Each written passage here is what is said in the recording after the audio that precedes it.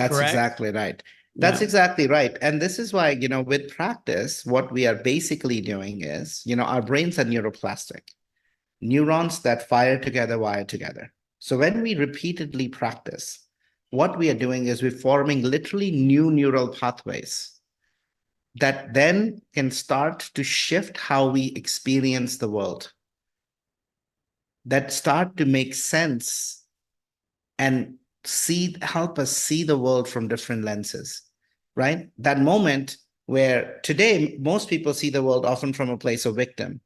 Why is this happening to me? Yeah. Scarcity. I don't have enough. Expert. I should already know this. What if the truth came in a gel cap and we could just pop it in our mouths and forget about it? Well, it doesn't. And we can't. But we can laugh in the face of reality while plotting our survival. Welcome to the Truth Tastes Funny podcast. I am your host, Hirsch Redpun. And if my guests can handle the truth, so can you. Open wide, folks. Here it comes.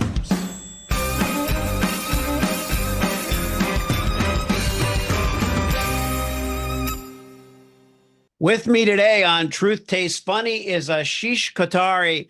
Ashish is the CEO and founder of the Happiness Squad.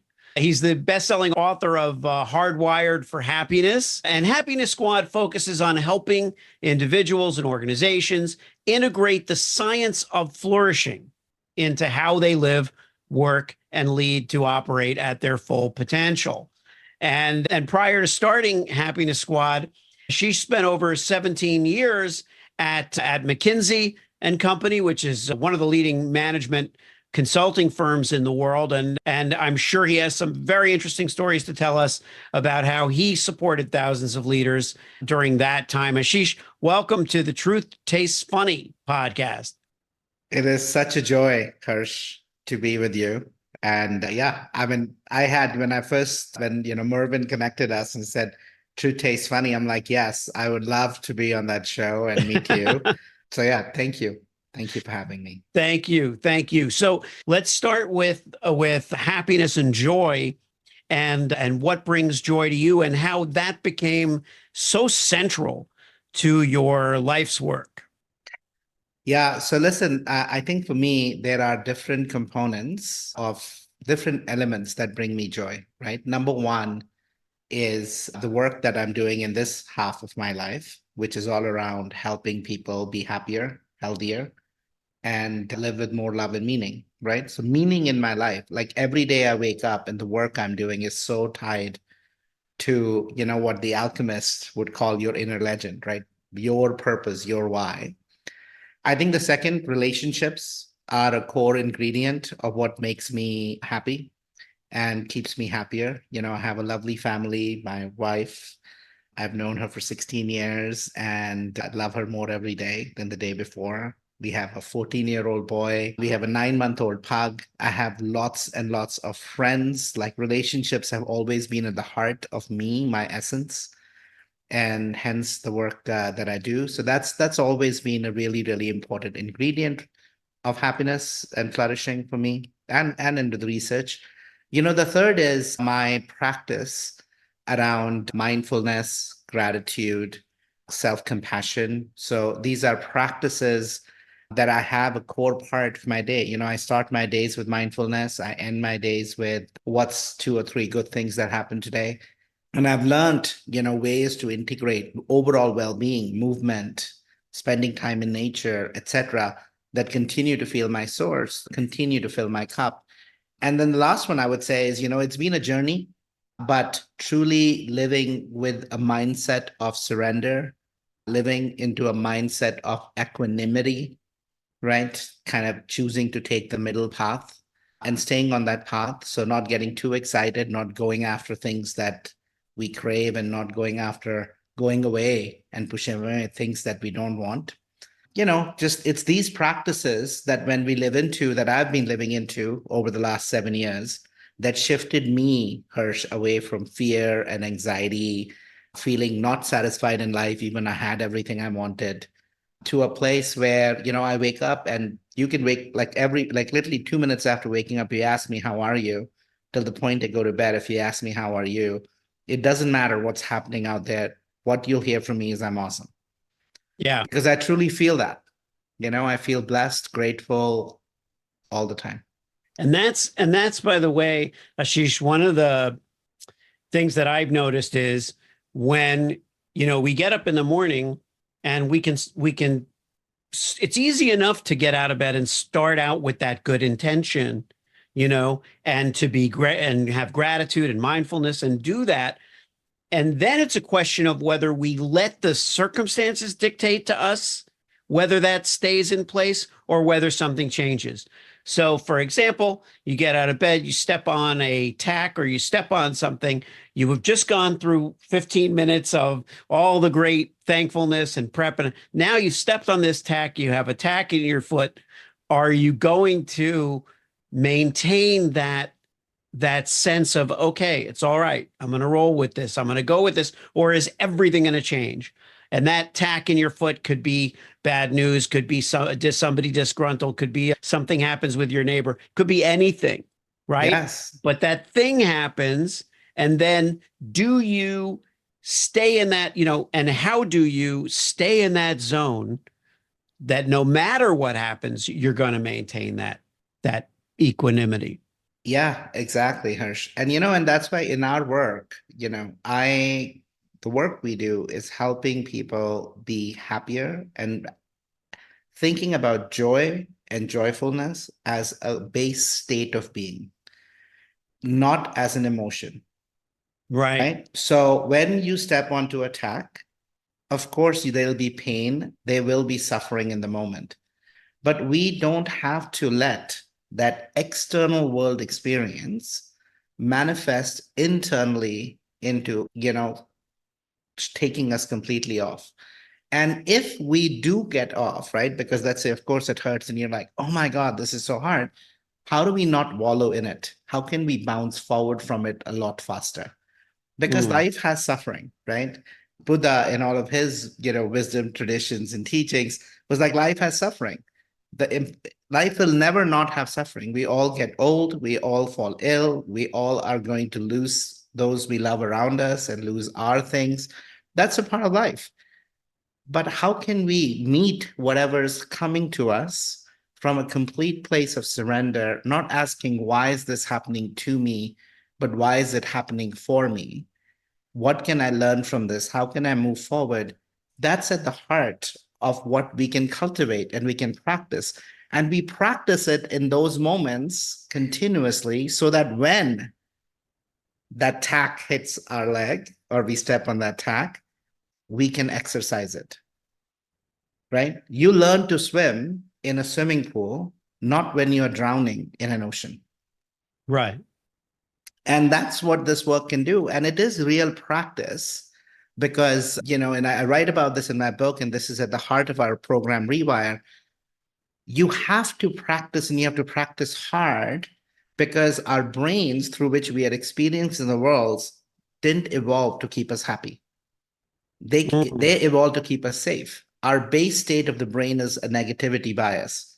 So unless we work on fundamentally rewiring, reprogramming, and evolving our brain to a state that is not creating and continuously attaching itself to all the suffering, it's very hard to maintain that state. You can zen out for like 15 minutes when you're meditating, or go to a yoga class and like for 45 minutes be there. But then can you actually take that off the mat? Can you take it throughout your day? Yeah. And that's a great follow-up to that question about the tack, because the thing that you've pointed out is that it's about the predisposition. It's about what are we predisposed to? We can expend all our energy putting ourselves into a happy space, but if we don't create happiness as the default, we're always going to default to sadness.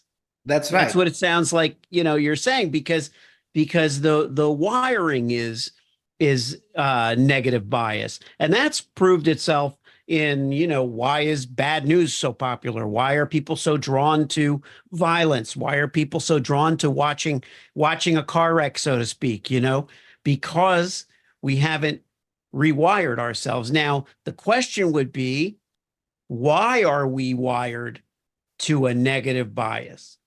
Yeah. So let's look at our evolution, Hirsch. And I wouldn't even go to 20,000 years. I would go to way beyond hundreds of thousands of years. If you look at how we evolved, right, all the way to being human, for much longer, for a large part, like almost 95% of our evolution time, we lived in a world where there were lots of physical threats around us. Yeah. Till 20,000 years ago, when humans settled down, we were in the wild, roaming around in groups of 20 or 30, right? We constantly were either facing death from starvation or we were facing death from being eaten by an animal, right? And so if you look at all of us, we are lucky descendants of all those people whose fight, flight, freeze circuits were like really well primed. Our brains were really good at spotting danger and preparing us to either run away if there were not enough of us around, or charge and kill the animal so we won't die, right? Yeah. That's where it was. And I think the response is so strong, Hirsch, because 9 out of the 10 times when you faced a tiger, guess who won? The tiger, right? Yeah. Now think about fast forward 20,000 years ago and think about the world we live in. There are no lions and tigers roaming around. But our brains that have evolved over all that time, we are continuing to have an outsized reaction to things that are not tigers, but look like tigers. And these are all the psychological threats we face. Yeah. Right? Oh my God, the supply didn't deliver. I'm going to get fired. Look at this shooting. Look at this war. Look at the inflation. My kids are struggling in school. There's lots of bullying, or they're suffering from mental health. All of these things, right, that we are swimming in, they all are things that threaten our existence in terms of they threaten, either financial well-being or some other social well-being that we care about. And our brain reacts in the same ways. Now, the problem is, Hirsch, 9 out of the 10 things 20,000 years ago killed us. How many of the things that we worry about actually happen? Mm-hmm. 1 out of 10. Yeah. And so we are outsized reacting because our brains evolved that way. And in fact, that outsized reaction, in addition to doing a lot of harm physically to us from all that adrenaline and cortisol that's flowing through our body, what's also doing is we lose 20-30% IQ points. So we're not even in the right mental state to actually navigate what we are struggling with. Yeah. Right? That's really at the heart of why we are getting more and more hardwired for fear, because these threats keep coming, right? By the way, you didn't meet tigers once every 9 times in a day. You met a tiger maybe once every 10 days. How often are we constantly triggered? The news does a great job of telling us all the things that are going wrong. The social media constantly makes us feel not enough. So we are like consuming all this information that's putting us in this fight, flight, freeze. So those circuits are getting hardwired more, and more. And that's the reason why this work is so important. All the self-help books, all the knowledge that we can read about, none of that is helpful. It's not helpful unless we practice. Yeah. Practice.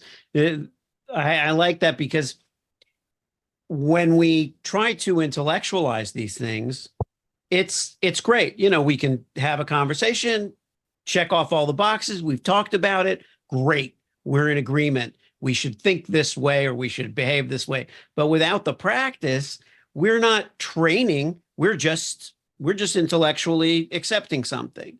And that's why, just deciding to quit smoking doesn't usually work for someone. They have to come up with a practice of behavior that's going to retrain them.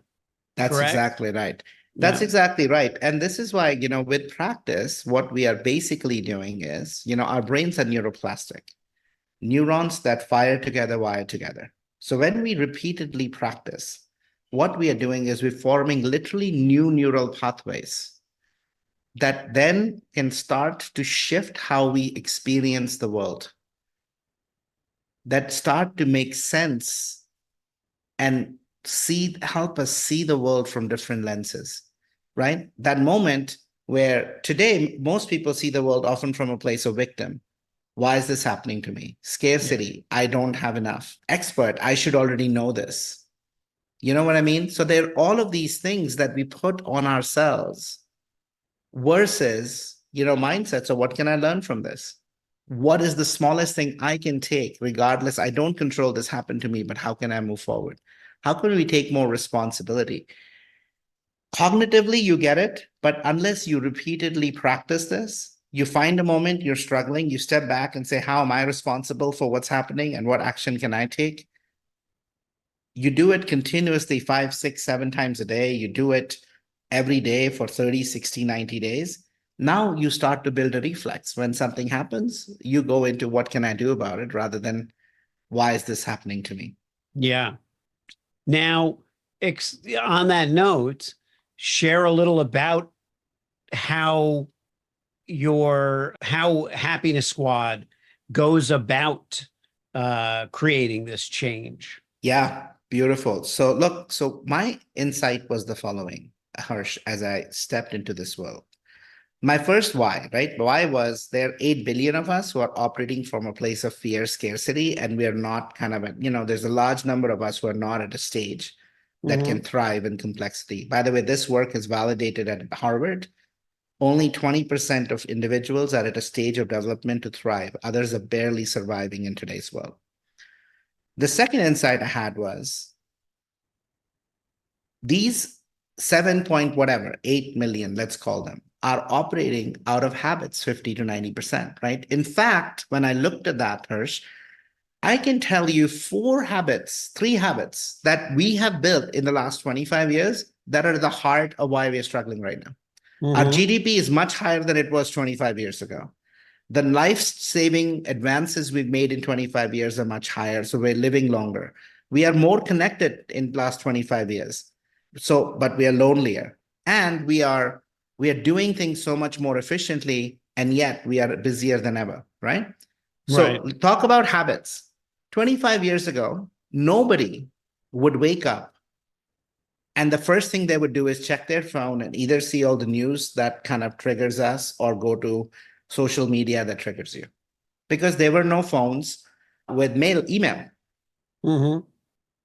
20 years ago, if you stood in a queue at a Six Flags or at a bus stop, or you were just going somewhere, you'd look around and you talk to people. Because, there's like 30 minutes to get. And, what are you going to do? Everybody's waiting around. Or you'll notice something interesting. Today, even in a 1-minute ride up the elevator, people take out their phone. So we are giving no breaks to our mind, right? If you think about these elements, for thousands of years, we have always compared ourselves to the neighbor, right? In fact, or to our, as they say, right? Your happiness is dependent on how much bump did you get versus your brother-in-law or whatever, right? Or, what's the latest car that somebody else is driving? So this has always been there. But, we've moved away from the person in the cave, compared them to the guy next door, to now I compare to my neighbor, to now I compare to the whole world.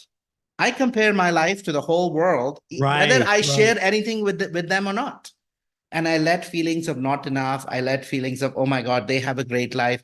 And it's all a fake life anyway, right? If you look at most celebrities, if you look at most people who are rich, who have so much, many of them have the same struggles we do. In fact, in certain ways, even more, right? Because they're in the public limelight. Everything gets exposed. There is so much pressure. But you can't tell that from every post that is posted on social media. Life is all about unicorns and rainbows and beaches and great times, right? That's what we look at others. And then we look at our life and say, my life is the dirty diapers and working at a job that I don't like. And, I'm working 2 jobs and I barely feed my family. Life sucks. We're comparing ourselves to a standard that's not real. And so again, a habit that we have picked. So I can keep going on and on. Like, we used to watch one show 25, 30, 40, 50 years ago. Today, you have like hundreds of thousands of shows. So you can keep swiping, trying to find a show. So all of these habits we've picked up. And I was like, wow, so habits are making us unhappy. So what if we help people build happier habits? So we did the three things. So, and we recognize people are busy. So we said, how do we do it? So he said, number one, we know from the science that if we take motivation out of the play, higher chances people will do it. So we made things really, really small. Every micro practice in our program is a minute or 5 minutes long. Everybody can find a minute or 5 minutes in a day. The second, we amped it up and said, if you want to do it, we know from the science that if I anchor it to a behavior I already do, higher chances I'm going to do it, right? So if you want to floss, you brush your teeth, floss one teeth, right? So this notion of anchor it to something you already do. So we made 90% of our interventions be around just changing what people already do at work. So we're not adding a lot of things, right? So mindfulness. Most people know mindfulness is good. They don't meditate. But we all have meetings. We all go into meetings and we are thinking about the old meeting while I'm sitting in this meeting. Yeah. So what if we just started a meeting with 1 mindful minute?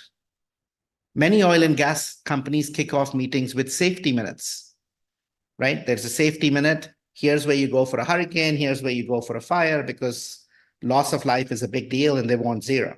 Why can't we start our meetings with 1 mindful minute? 6 breaths, everybody takes together to come in the here and now. You're giving yourself a chance to catch your breath from constantly running in back to back. You're giving your parasympathetic system a chance to come on. You get more emotional regulation, and now you're in a better place to listen and pay attention. So a simple intervention like that, which is tied to what people already do at work, so it becomes easier. And third is, we've known this in every wisdom tradition and religious practice. Why do people show up to church every Sunday? Why have there been sanghas or communities of practice in Buddhism? Why do people go to temple for prayers? Because we know when we do something together with others, higher chances that we stick to what we are trying to do. Because others give us accountability, they give us inspiration, they give us support. So we integrated a group learning journey as part of what we are doing. We create accountability buddies. We learn 1 micro practice or 2 micro practices a month, and we invite people to just practice. That's what we created in Rewire. And I will be, by the way, the first to tell you, I haven't found the silver bullet. 90% of it is still work done by individuals. Because a lot of people say, did you figure out digitally how to get people to do? I'm like, you cannot get people to digitally do anything right now. But what you can do is analog. People show up, they check in with each other. We can keep each other moving forward, right? Yeah. The human nudge is the best nudge that I know of. Yeah, I don't think that's going to change. I think that this frenzy that we've worked ourselves into, that everything needs to be automated and everything, it's like we're saving time. We think we're saving time for something, and in fact, we're trying to remove ourselves from the world so that we don't have to spend time in it. It's like there's not really like a logic to it. It's just a frenzy. And I think that human touch and that human element is really all there is. That's the closest thing to reality, I think, that we have. And everything else is just busy work or noise. And sometimes I think a way of avoiding life is to make a lot of noise. And I think in a lot of ways, I think that's what AI in the way that people are trying to employ it is really doing for us. It's making noise for us. It's doing what we talked about in the beginning of the conversation, creating anxiety, creating, defaulting to the negative, creating negative bias arrests, give us something to worry about, something to fear. We are creating our own, our own villain, our own antagonist, so that we can have something to be afraid of, so that we can avoid being happy. Yeah. And something that, we always, by the way, I always say we don't have to pursue it out there. The work you're doing is inner work to go back to the base state. Because Hirsch, go back to when you were a child, when you were young, or if you have young ones, look at them. You don't need to tell a kid, right? If you look at a kid, kids are happy by nature. Kids are joyful by nature, especially when they're 4 or 5 or below that, right? A kid will cry if they're hungry, if they're thirsty, they wet their diaper, they fell down. There is something that happens that makes them unhappy. But in general, children are happy. They are playing, they are present with what they're doing, all of that. Think about as adults, what happens? We are constantly doing something to be happy. I get promoted, I fall in love, somebody compliments me, etc., etc. I have a good meal, right? We're always doing something to be happy. Our base state is not happy. Our base state is I'm busy, I'm stressed, I'm okay, right? I'm okay. What is okay? What do you mean you're okay? Like you're alive, man. Like, do you know how many people are not alive today? Do you have a house? Do you know how many people don't have a house? You know, you're healthy. Do you know how many people are on organ donor list waiting for an organ, right? Yeah. If you have kids, do you know how many people are trying to get pregnant? Do you know how many people have lost their kids?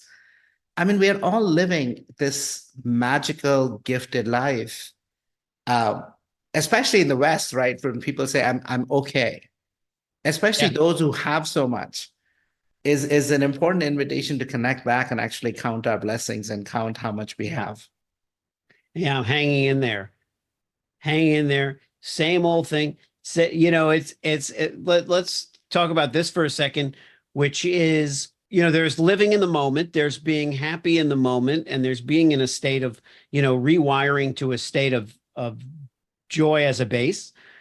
What about looking forward? What about anticipating good things in a world where there's danger?